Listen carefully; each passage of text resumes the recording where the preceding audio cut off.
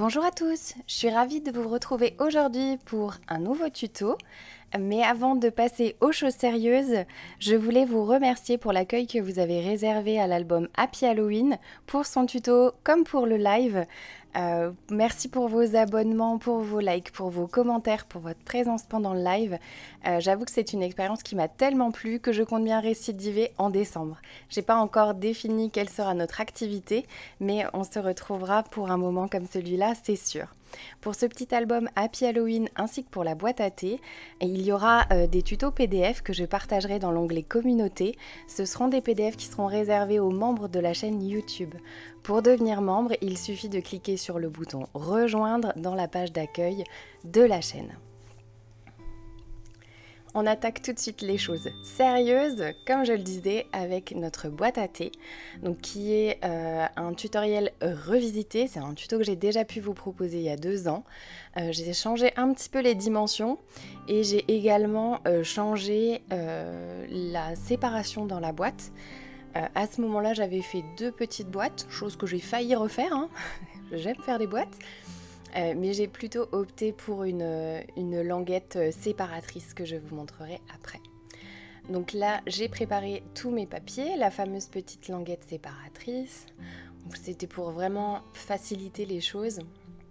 Il n'y a pas besoin, pour réaliser cette boîte, d'avoir une feuille aux dimensions absolument immenses. Je ne travaille qu'avec du papier A4. C'est les blocs aquarelles de chez Action. Pour l'aquarelle, je ne m'en sers pas du tout. Par contre, je trouve que c'est un bon rapport qualité-prix pour avoir du papier beige épais. Donc là, on commence tout de suite par la base de la boîte. Je vous mets les mesures comme d'habitude à l'écran. Donc c'est une bande de papier toute simple sur laquelle on fait des plis sur les 4 côtés à 1,5 cm. Et après, bien évidemment, je coupe un petit peu les angles pour pouvoir avoir un collage facilité, dirons-nous, et surtout propre. Voilà, faire ces petits angles, ça permet de faciliter grandement les choses. Donc ensuite, je prépare les longueurs, donc là qui sont juste des rectangles pliés en 2. Donc je double toutes les parois de ma boîte parce qu'en fait, ça permet de cacher les élons de collage, déjà. Et ça renforce aussi la solidité, je trouve, de la boîte. Donc c'est quelque chose que je fais depuis longtemps, doubler comme ça vers l'intérieur. Je trouve vraiment que ça apporte quelque chose. Donc ensuite, on fait les petites largeurs. Donc de la même façon que les longueurs, ce sont des rectangles qu'on plie en 2. Seulement pour les largeurs, je prévois un petit élon de collage. Donc là, c'est ce que j'étais en train de tracer. Et ensuite, de la même façon, voilà, je vais venir enlever la partie dont on n'a pas besoin et refaire à chaque fois ces petits angles pour avoir des pattes de collage bien finies.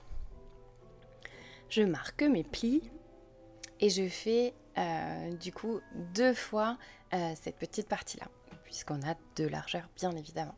Donc je recommence, je fais mon pli à 8.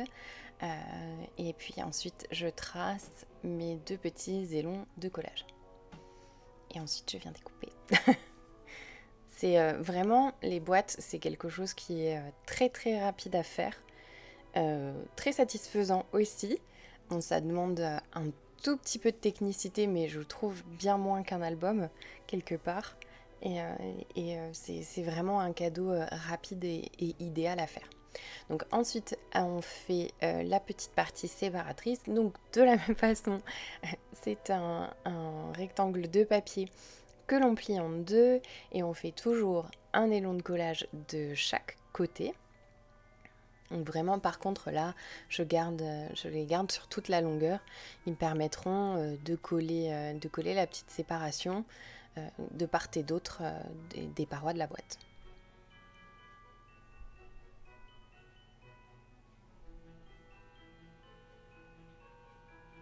Là, je marque bien mes plis, comme toujours. Et puis ensuite, on pourra passer à l'assemblage.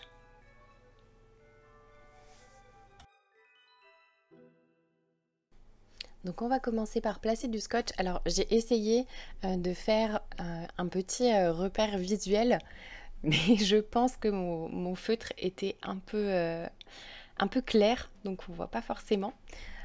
Donc là j'ai travaillé mes élons de collage vers l'intérieur. J'ai fait le pli vers l'intérieur et je mets le scotch donc sur l'extérieur. Là pareil, je place, bon cette fois-ci on est plutôt sur l'intérieur effectivement.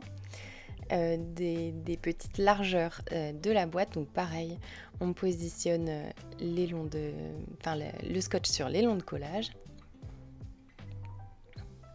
Et puis ensuite, on va procéder au collage.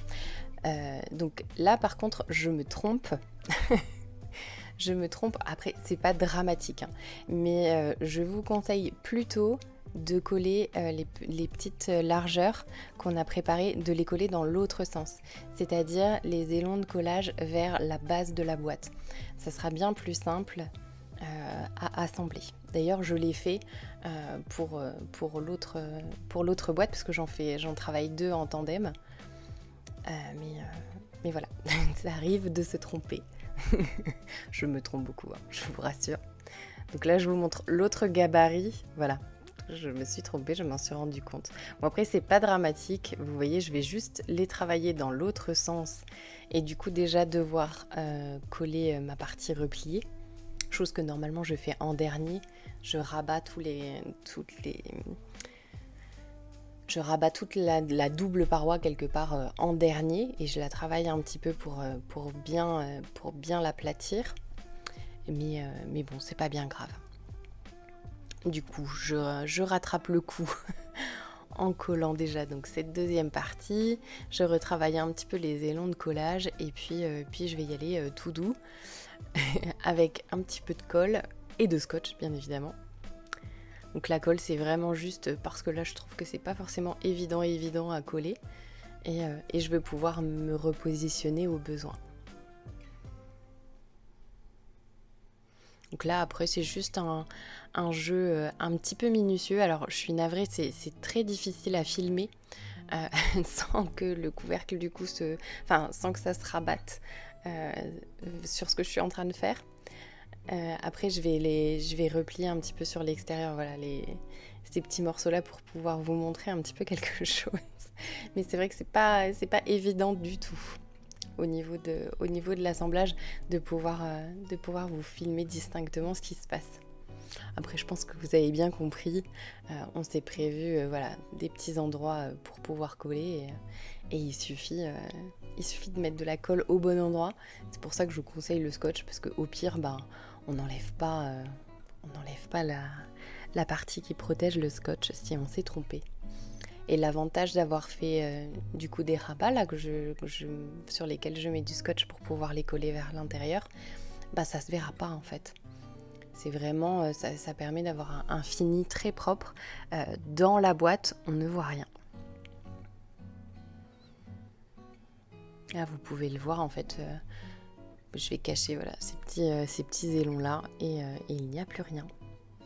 Donc il faut juste bien insister pour pouvoir lisser. Il y a toujours un tout petit décalage quand on coupe, moins d'1 millimètre bien évidemment, sinon ça se rabattrait pas. Mais voilà, faut toujours insister un petit peu avec le plioir pour bien former les arêtes. Du coup, le corps de notre boîte est terminé et vous voyez, ça a une vraie tenue en fait. C'est ce que j'aime pour ce papier chez Action. Donc là, je vous montre qu'avec la petite boîte séparatrice, en fonction de ce que vous voulez mettre dedans, on peut très bien imaginer créer plusieurs petites parties séparatrices là. Et du coup, adapter le nombre de compartiments à ce qu'on veut mettre dedans. Moi, bien évidemment, je vous propose une mesure. Après, libre à vous de la faire bien plus grande ou au contraire plus petite, plus étroite. Moi, je vous avoue que je l'ai fait en fonction, je l'ai pensé pour la taille en fonction de mon tissu de couverture qui est une suédine de chez Zibuline. Et en fait, voilà, j'étais un petit peu contrainte parce que je n'avais un coupon de cette belle suédine rouge Et j'avais 2 boîtes à faire, donc clairement, je me suis adaptée. Parfois, il faut savoir faire voilà, avec ce qu'on a. Et ça fonctionne très très bien. Enfin, je trouve que là, pour le coup, c'est une boîte assez sympa. Donc j'y mettrai du thé dans une, avec du gingembre confit. Et dans l'autre, je pense que je mettrai des petites chocobombes, là, comme je viens de mettre dans ma tasse, pour offrir, parce que c'est plutôt pour des enfants. Et alors, ils sont trop petits pour boire du thé, très clairement. Donc là, on attaque notre couverture. Donc je vous ai mis les dimensions des cartonnettes. Donc là, j'utilise la cartonnette 2 mm. Et puis pour la seconde boîte, j'ai utilisé du calendrier parce que j'avais plus que ça. Et que c'est très bien comme ça. Ça coûte bien moins cher que la cartonnette puisque c'est de la récup. Donc là, je travaille mes angles, je le fais au craft gommé. Je pense que vous connaissez tout ce craft-là. Alors, je sais qu'il existe des bandes plus fines. Moi, je suis très contente de la largeur du mien parce que franchement, pour faire les albums, c'est la seule chose pour laquelle je m'en sers. Hein. Et faire des boîtes parfois. Enfin, pour l'utilité que j'en ai, je trouve que cette largeur-là, je crois que ça fait 8 cm, me semble-t-il. C'est vraiment, vraiment très pratique. Voilà, je sais que normalement les petites bombes de chocolat comme ça, là, elle a eu beaucoup de mal à fondre. Je sais que normalement il faut mettre le lait dessus, mais voilà, tant pis. Donc là je vais aller me piocher un peu de réconfort en chamallow pour me motiver à poursuivre.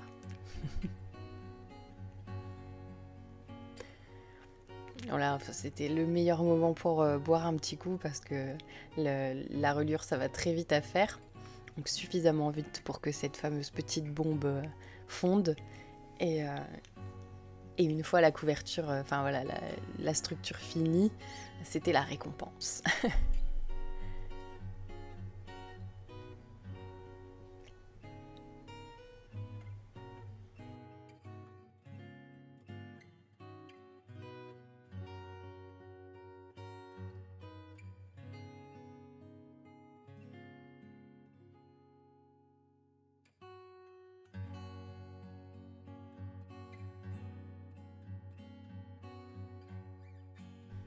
Voilà, avant de faire quoi que ce soit, je vérifie que je ne me sois pas trompée, que ma petite boîte rentrera bien dedans.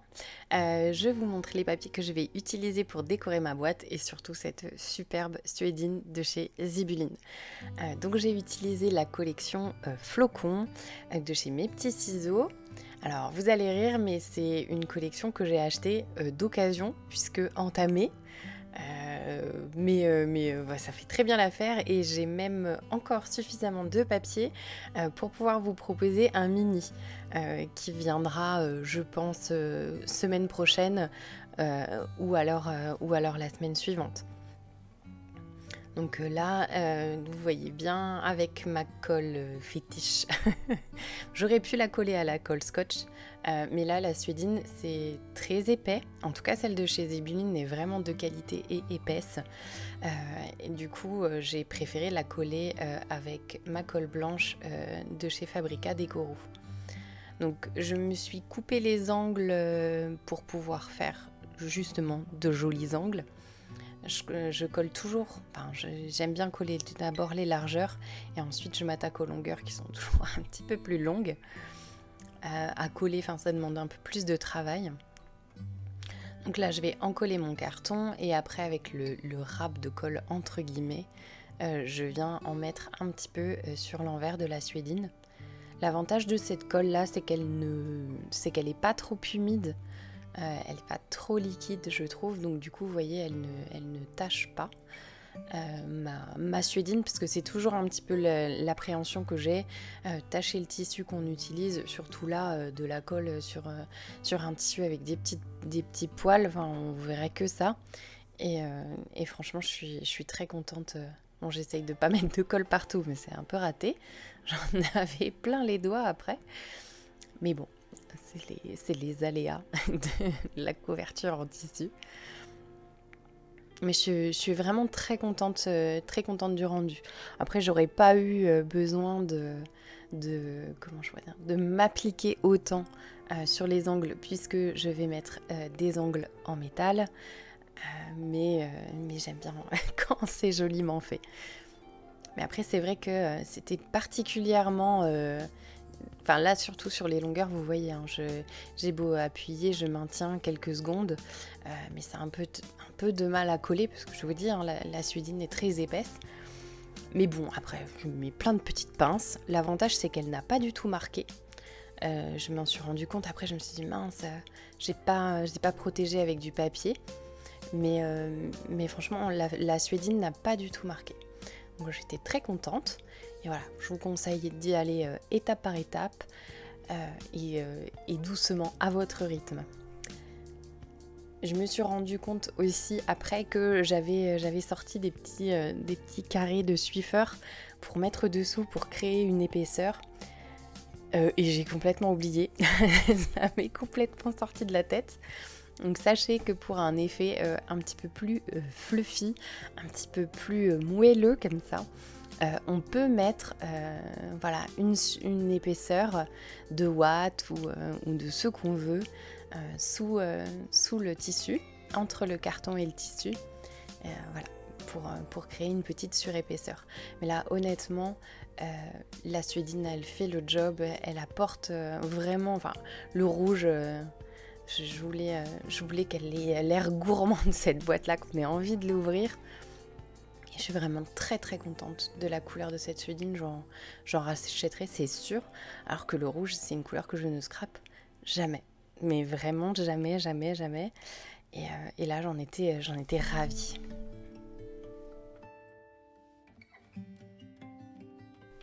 C'est pas la première fois que j'utilise de la suédine de chez Zibulline. J'avais déjà utilisé un coupon beige. Et vraiment, il faut que je regarde un petit peu plus ce qu'ils peuvent proposer en termes de couleurs. Parce que je trouve que c'est vraiment une très belle qualité de tissu. Donc là, je vais commencer à décorer ma petite boîte.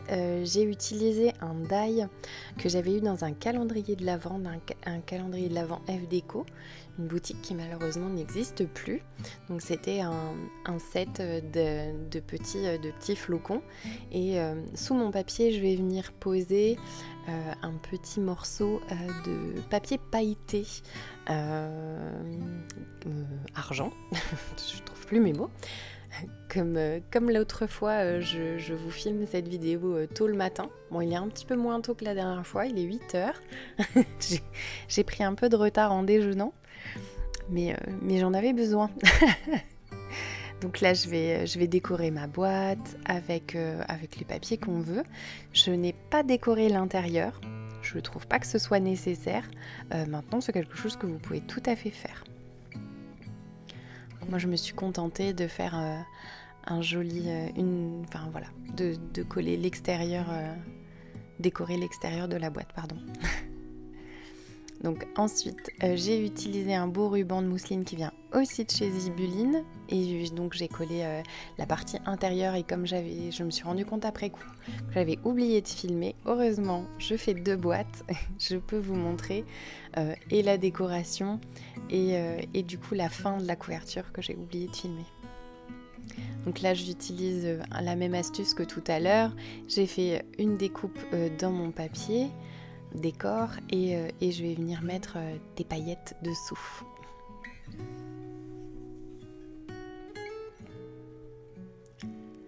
Là je crois, je suis en train de réfléchir à quel die j'ai utilisé. Je pense qu'il venait de ce même calendrier de l'Avent, si je ne m'abuse. Je crois. C'est des die qui à jour comme ça et c'est pas toujours évident à utiliser. Là c'était vraiment l'occasion. Donc je prépare ma page, donc du coup, le morceau de papier qui va venir couvrir l'intérieur de la boîte. Je me suis fait des petits repères au crayon de papier pour faire vraiment du sur-mesure plutôt que des mesures, on va dire. Et ensuite je coupe aux bonnes dimensions. J'utilise là pour le coup ma colle scotch. Alors vous allez voir, je vais en mettre En fait, j'y vais par étapes parce que je veux en mettre le moins possible sur ma planche pour éviter de venir simplement faire des traces de colle sur l'envers de mon papier qui lui sera visible, et puis ensuite je vais poser ma structure, donc je veux pas mettre de la colle sur la suédine. Donc là je viens insister un petit peu sur les angles et je positionne mon papier. Alors je colle pas tout de suite trop franchement parce qu'il faut mettre le ruban pour penser la fermeture. Donc là j'ai utilisé de la mousseline parce que la couleur elle matchait tellement bien avec le bleu ciel qu'il y a sur les papiers par endroits que vraiment je pouvais pas ne pas l'utiliser. Je sais plus si je vous ai dit, mais c'est un ruban qui vient aussi de chez Zibuline. Donc là je pose mon réglet. En général, j'arrive à les mettre à l'œil, bien au milieu, mais c'est pour être sûr que le milieu de mon ruban corresponde au milieu de ma boîte, enfin de ce couvercle-là. Et puis après, c'est du travail de reliure. Je viens remettre un petit peu de colle sur l'autre côté pour être sûr de bien faire adhérer le ruban. Et puis voilà, c'est terminé. Donc là, je vais un peu galérer à mettre les fameux petits angles en métal. C'est des angles qui viennent de chez Craftelier. Et c'est des gros, et des fois j'utilise une pince. Là, j'avais pas la pince sous la main, j'avais la flemme d'aller la chercher en bas dans le placard. Du coup, j'ai utilisé un petit outil qui normalement sert pour les attaches parisiennes. Donc, c'était pas forcément l'idéal. Mais c'est pas grave, ça fait très bien le travail. Donc là, je vais coller le fond de ma boîte. Donc classique combinaison scotch et colle. Pourquoi choisir, hein, comme toujours.